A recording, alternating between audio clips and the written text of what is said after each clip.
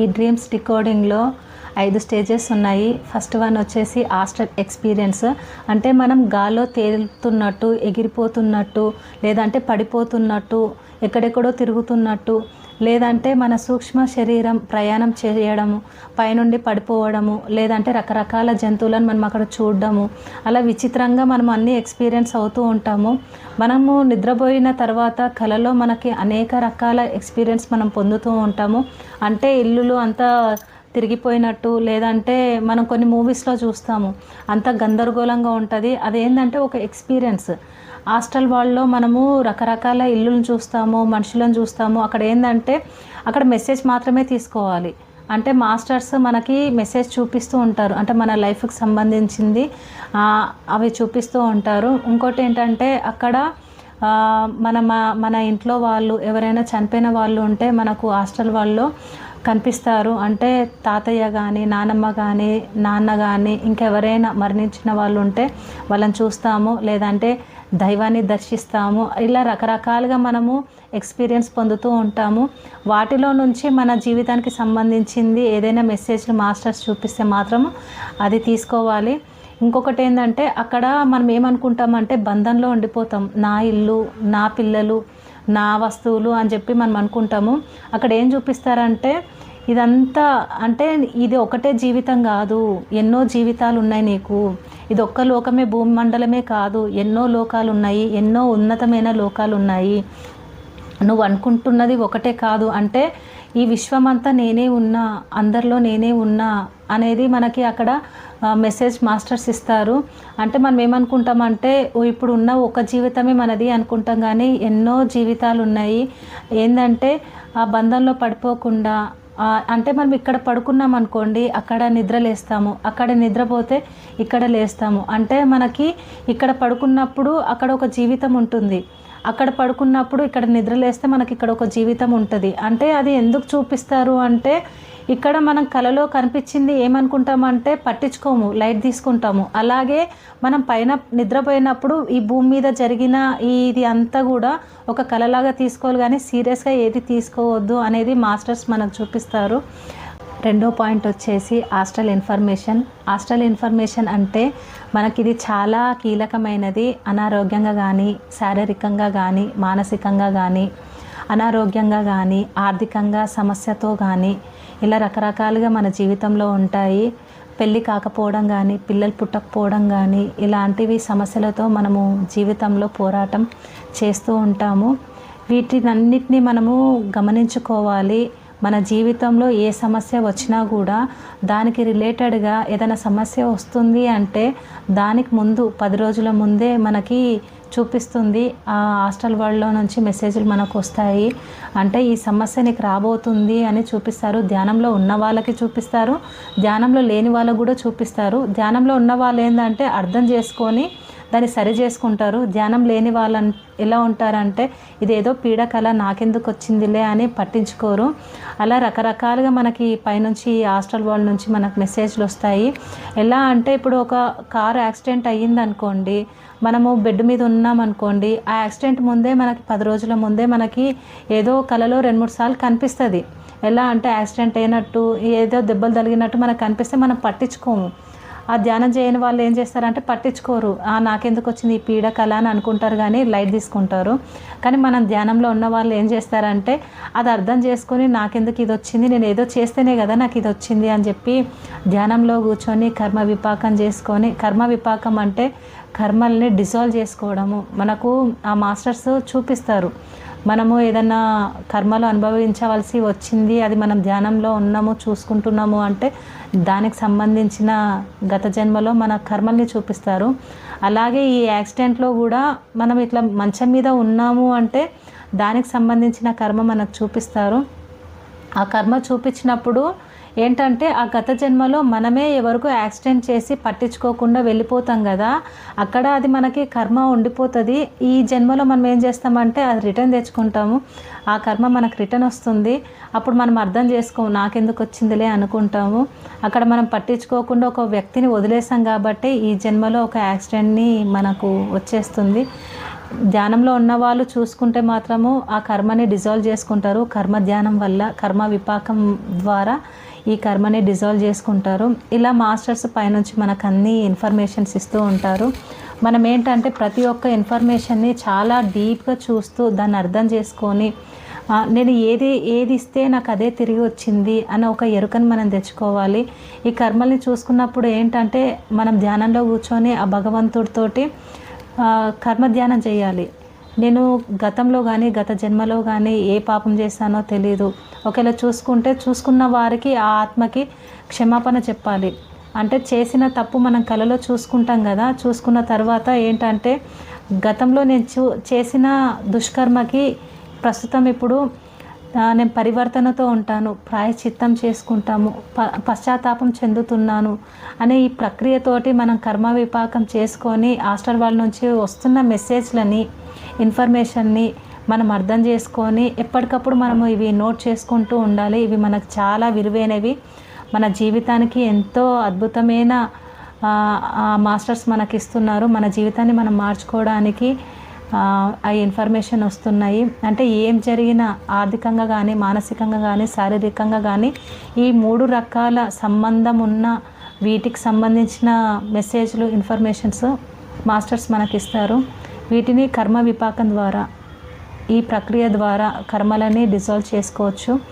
అయితే మనం ఎప్పుడైతే ప్రామిస్ చేస్తామో మాస్టర్స్కి, నేను పరివర్తనతో ఉంటాను, ప్రాయశ్చిత్తం చేసుకుంటాను, పశ్చాత్తాపం చెందుతున్నాను అనే ఒక ప్రామిస్ అయితే మనం యూనివర్సల్కి ఎప్పుడైతే ప్రామిస్ చేస్తామో, చేసిన తర్వాత మాస్టర్స్ ఏం చేస్తారంటే నిజంగా నువ్వు మారావా లేదా, నువ్వు ప్రామిస్ చేస్తావు కదా అని చెప్పేసి అదే సంబంధం, అదే బాధతో ఉన్న వాళ్ళని మనకి పంపిస్తారనమాట. మనం సహాయం చేద్దాము అంటే నాలాగా బాధపడుతున్న వాళ్ళకి నేను సహాయం చేస్తాను ఒక ప్రామిస్ చేసినప్పుడు ఆ సమస్యతో ఉన్న వాళ్ళు మన దగ్గరకు వస్తారు. అప్పుడు మన మెరుకతో ఏం చేయాలంటే వాళ్ళకి సహాయం చేయాలి. ఇదంతా ఏంటంటే మాస్టర్స్ మన దగ్గరికి పంపిస్తారనమాట. అప్పుడు మనం సహాయం చేయాలి. చేసిన తర్వాత అది మెల్లమెల్లగా ఈ కర్మ నుంచి మనం బయటపడతాము. ఇలా మన దుష్కర్మల్ని చూసుకొని కర్మధ్యానం ద్వారా మనము డిజాల్వ్ చేసుకోవచ్చు. పైనున్న మాస్టర్స్ హాస్టల్ ఇన్ఫర్మేషన్ ఈ విధంగా మనకిస్తారు. హాస్టల్ సర్వీసెస్ చాలామందికి వారి చైతన్యాన్ని బట్టి వారికి ఏది కావాలో మాస్టర్స్ అదే ఇస్తారు. అంటే వారి అవసరాలను బట్టి, అంటే మనము 72 డ్రెస్ చేసినప్పుడు మనకి ఏది సంబంధం ఉంటుందో, మనము ఏదైతే అడుగుతామో జ్ఞానసిద్ధి కానీ, లేదంటే వాకు సిద్ధి కానీ, లేదా అంటే కర్మలకు సంబంధించిందే కానీ ఏదైనా మనము అడిగినప్పుడు అక్కడ యూనివర్సల్లో అంటే హాస్టల్ వాళ్ళలో మనము సర్వీస్ చేస్తూ ఉన్నట్టు కనిపిస్తుంది.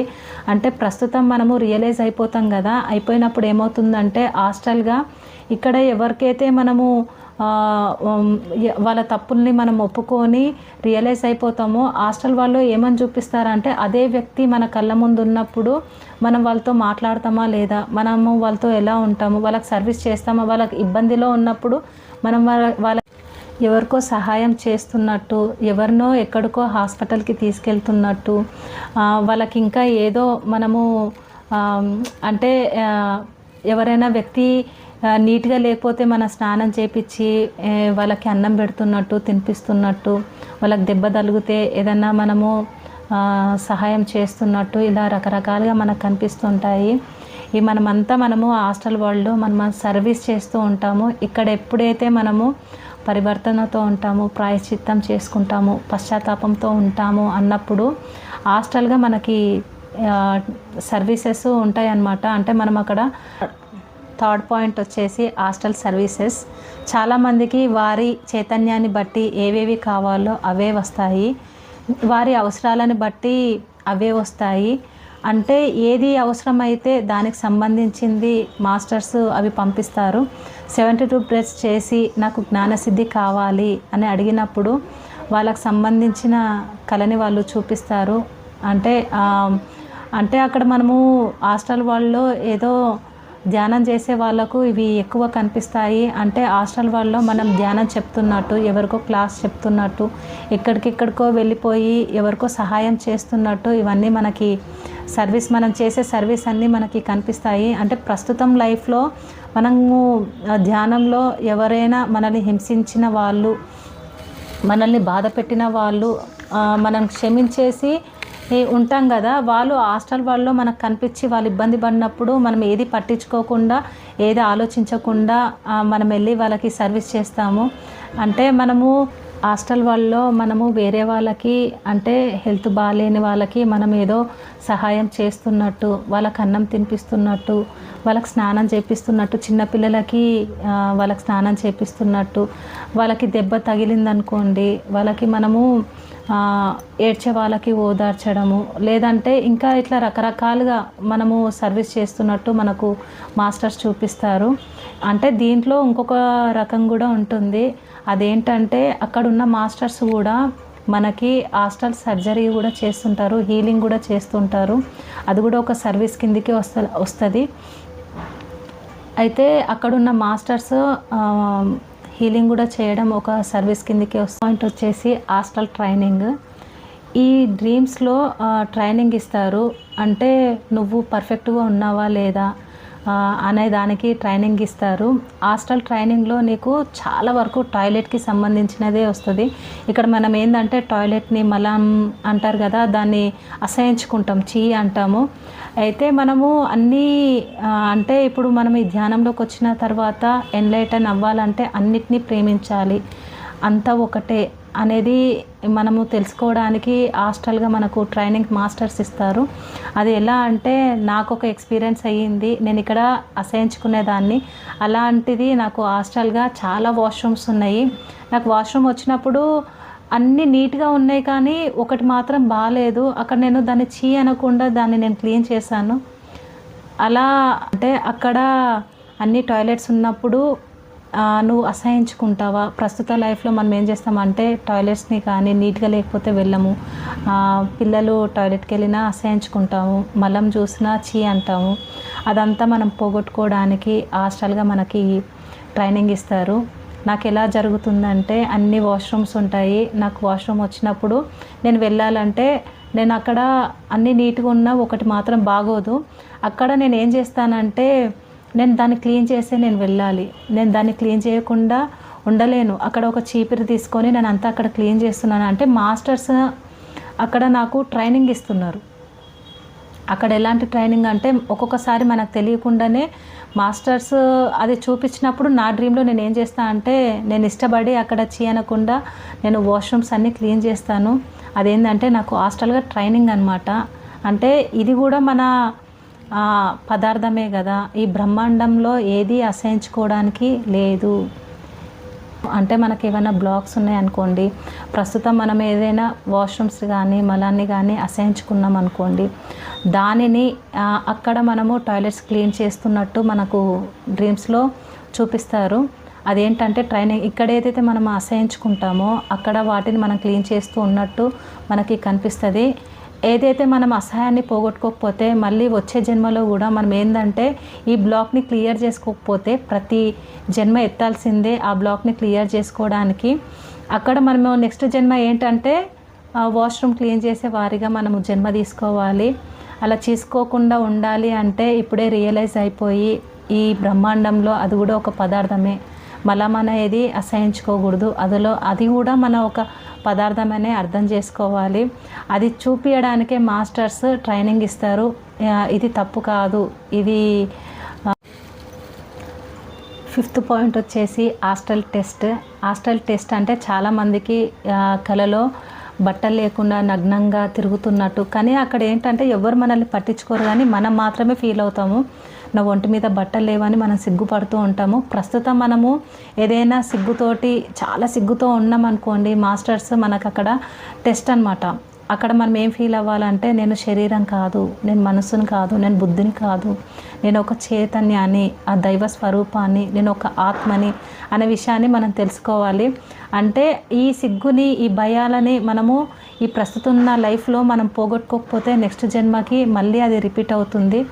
అయితే ఈ టెస్ట్ ఏంటంటే కొన్ని టెస్టులు ఎలా వస్తాయంటే మనం నాన్ వెజ్ తిన్నట్టు, మనం ఇక్కడ తినం కదా, మనము హింస చెయ్యం కదా, అక్కడ ఏం కనిపిస్తుందంటే అక్కడ మన కళ్ళ ముందు అన్ని నాన్ వెజ్ ఐటమ్స్ పెట్టినప్పుడు, వెజ్ ఐటమ్స్ పెట్టినప్పుడు నాకు చాలా వరకు ఎలాంటివి వస్తాయంటే ఒక ఫంక్షన్కి వెళ్ళినా కూడా అక్కడ ఏం కనిపిస్తాయి అంటే అంత నాన్ వెజ్ ఉంటుంది, వెజ్ ఉంటుంది. నేను అక్కడ వెళ్ళిన తర్వాత ఏం చేస్తానంటే వాళ్ళు అంటారు నాన్ వెజ్ తిను అన్నా కూడా నేను అక్కడ వెజ్జే తింటాను. అక్కడ నాకు టెస్ట్ అనమాట, మాస్టర్స్ నాకు టెస్ట్ చేస్తారు, నువ్వు తింటావా తినవా అని నాకు టెస్ట్. అందరికీ వెజ్ దోశలు వేసినప్పుడు నాకు మాత్రం నాన్ వెజ్ దోశ వేసి ఇచ్చింది. అప్పుడు కూడా నాకు అది టెస్ట్, దాంట్లో నేను పాస్ అయ్యాను. ఇలా చాలామందికి ధ్యానంలో ఉన్న వాళ్ళకి ఎన్నో టెస్టులు అవుతూ ఉంటాయి. అంటే మనల్ని మనం మార్చుకోవాలని ఒక ప్రామిస్ చేసుకుంటాం కదా, మాస్టర్స్ మనల్ని టెస్ట్ చేస్తారు. ఇందులో నువ్వు ఉన్నావా లేవా, ఇంకా నీలో ఈ లోపాలు ఉన్నాయా, నువ్వు మార్చుకోవాలా అనేటివి మనకి అక్కడ టెస్టులు జరుగుతూ ఉంటాయి.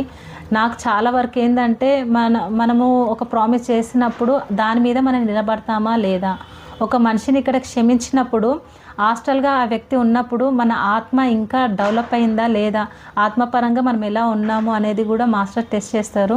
ఇక్కడ ఎవరినైనా మనము అనుకుంటాము మనము వీళ్ళతో మాట్లాడొద్దు అని అనుకుంటాము, అంటే గొడవ లేదని అయినా అనుకొని సైలెంట్ అయిపోతాము. అదే వ్యక్తి మనకు కలలో కనిపించి ఏదైనా సహాయం కోసం మన దగ్గరకు వచ్చి ఏదైనా అడిగినప్పుడు మన ఆత్మ ఏంటంటే నేనెందుకు మాట్లాడాలే అని అనుకోకుండా తను నా దగ్గరకు వచ్చినప్పుడు నేను ఇక్కడ ఎంత ప్రేమతత్వంతో ఉన్నానో తను నా దగ్గరకు వచ్చినప్పుడు అదే ప్రేమతత్వంతో నేను సహాయం చేసినాను. అంటే అక్కడ టెస్ట్, నువ్వు ఎలా ఉంటావు, నీ ప్రవర్తన ఎలా ఉంటుంది, ఇలా రకరకాల టెస్టులు యూనివర్సల్లో మాస్టర్స్ మనకి పరీక్షిస్తారు, టెస్టులు జరుగుతాయి. చాలా వరకు ఎలా అంటే ధ్యానంలో ఉన్న వాళ్ళకి ఈ ఎక్స్పీరియన్స్ అన్నీ అవుతాయి. Thank you masters, thank you so much.